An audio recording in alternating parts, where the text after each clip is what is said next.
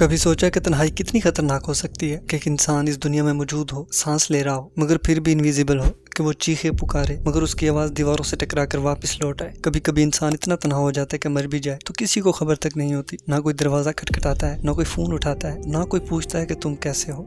आज हम हुमैरा असगर के टॉपिक पर बात करेंगे, एक ऐसी औरत के बारे में जिसने अपने ख्वाबों को परों से सजाया, अपनी ज़िंदगी को फ़न के रंगों में भरा मगर आखिर में वो तन्हाई के अंधेरे में डूब गई। महीनों तक उसकी मौत का किसी को पता तक न चला, ना दोस्तों को, ना ख़ानदान को, ना ही सोशल मीडिया के लाखों फॉलोअर्स को। ये कहानी सिर्फ हुमैरा की नहीं, ये हमारी इस सोसाइटी की कहानी है जो गैरत और इज्जत के नाम पर रिश्तों को तोड़ देती है, जो मसरूफियत के बहाने इंसानों को भूल जाती है। हुमैरा असगर लाहौर के एक तालीम याफ्ता ख़ानदान में पैदा हुई। उनके वालिद एक रिटायर्ड आर्मी डॉक्टर थे, एक बाउसूल सख्त गिर इंसान, जबकि उनकी वालिदा एक रवायती घरेलू खातून थी जिनका वजूद घर की चार दीवारी तक महदूद था। हुमैरा बचपन से ही डिफरेंट थी। जब मोहल्ले के बच्चे क्रिकेट खेलते या टीवी पर कार्टून्स देखते, हुमैरा अपने कमरे में आईने के सामने खड़ी होकर डायलॉग्स बोलती। कभी वो अपनी ख्याली किरदारों से बातें करती तो कभी कागज पर स्केचेस बनाती या मिट्टी से स्कल्पचर्स बनाती। उनके अंदर एक आर्टिस्ट सोल थी, एक ऐसी स्पिरिट जो हर वक्त कुछ नया क्रिएट करना चाहती थी। उनका पैशन था कि वो अपनी आवाज़ को दुनिया तक पहुंचाएं। वो चाहती थी कि उनकी क्रिएटिविटी को लोग देखें, सुने और फील करें। जब उन्होंने NCA national college of arts में दाखिला लिया तो ये उनकी ज़िंदगी का एक टर्निंग पॉइंट था। थिएटर और स्कल्पचर उनके दिल के करीब थे। वो अपनी परफॉर्मेंसेज से लोगों को मैस्मराइज करती थी मगर उनके घर वालों के लिए ये सब गैर ज़रूरी था। उनके वालिद चाहते थे कि वो कोई रिस्पेक्टेबल प्रोफेशन इख्तियार करें, जैसे डॉक्टर या टीचर।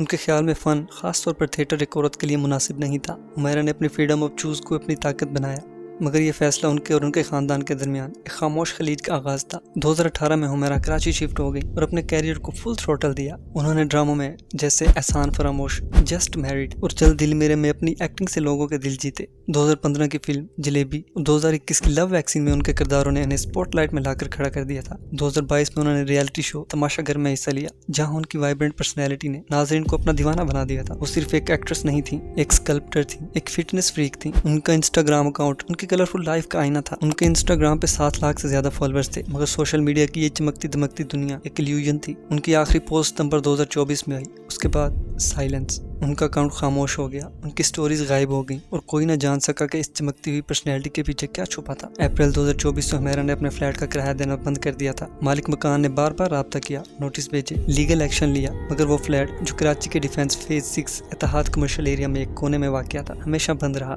आखिरकार 8 जुलाई 2025 को पुलिस और कोर्ट का बैलिफ इस फ्लैट को खाली करवाने पहुंचे। दरवाजा तोड़ा गया और जो मंजर सामने आया वो हर इंसान का दिल तोड़ देने वाला था। हुमैरा की लाश एक स्टोर रूम के फर्श पर पड़ी थी, मुकम्मल तौर पर अनरिकॉग्नाइजेबल और ऑलमोस्ट डिकम्पोज्ड हो चुकी थी। कमरे में कोई साइन ऑफ स्ट्रगल नहीं थे, बिजली कटी हुई थी, पानी के नल खुश्क थे और हवा में सिर्फ एक भारी सन्नाटा था। लाश को जिन्ना अस्पताल मुंतकिल किया गया। पोस्टमार्टम रिपोर्ट ने बताया कि जिस्म very advance stage of decomposition में था। डॉक्टर्स को अंदाजा हो चुका था कि हुमैरा शायद अक्टूबर 2024 में ही इस दुनिया से रुखसत हो चुकी थी। फोन के कॉल रिकॉर्ड्स, व्हाट्सएप के लास्ट सीन्स और फ्लैट में मौजूद खाने की अशिया ने इस तरफ इशारा किया। मगर सबसे हैरान कुन बात, महीनों तक किसी ने शक नहीं किया, किसी ने दरवाजे से उठने वाली स्मेल को नोटिस नहीं किया। शायद इसलिए कि फ्लैट एक आइसोलेटेड कोने में था, शायद इसलिए कि लोगों को फर्क ही नहीं पड़ता। हुमैरा जो कभी स्क्रीन पर छाई हुई थी, जो लाखों लोगों की इंस्पिरेशन थी, वो इस दुनिया से इस तरह चली गई कि किसी को कानो कान खबर न हुई।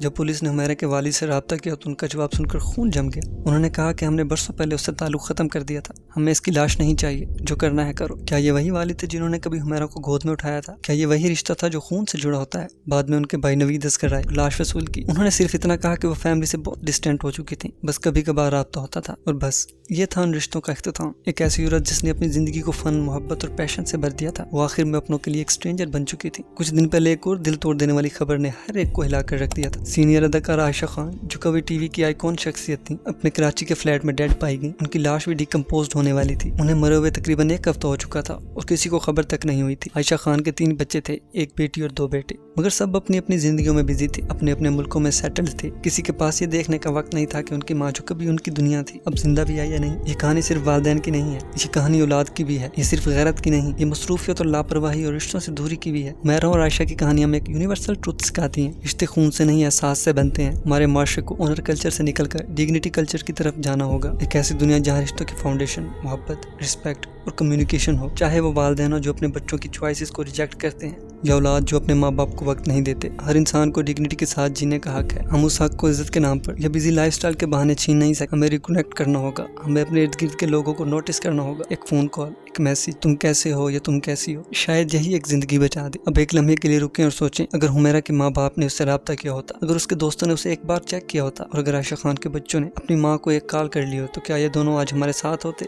शायद हाँ, शायद नहीं। मौत बरहक है, शायद वो अपनी आखिरी सांसें अपनों के साथ लेते। इंशाल्लाह मिलते हैं अगली वीडियो में, तब तक के लिए अल्लाह हाफिज।